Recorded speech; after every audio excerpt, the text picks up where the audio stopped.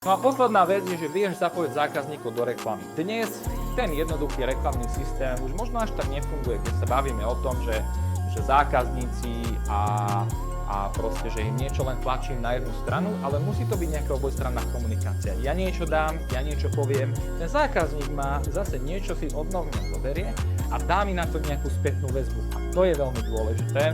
Pri tej tradičnej offline reklame sa to robí ťažko.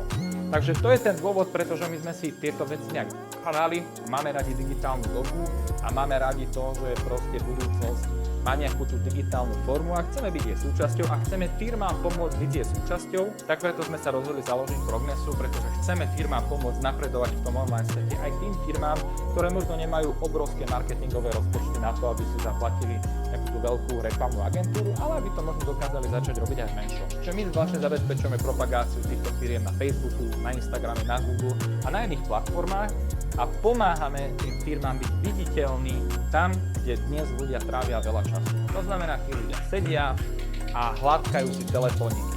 Hladkajú, ja to volám taký hladkací telefón, pretože ľudia sedia a hladkajú a pozerajú. A zároveň je to veľmi dobrý priestor na to, aby som tam ja, ako firma, ktorá čokoľvek vyrábam, predávam,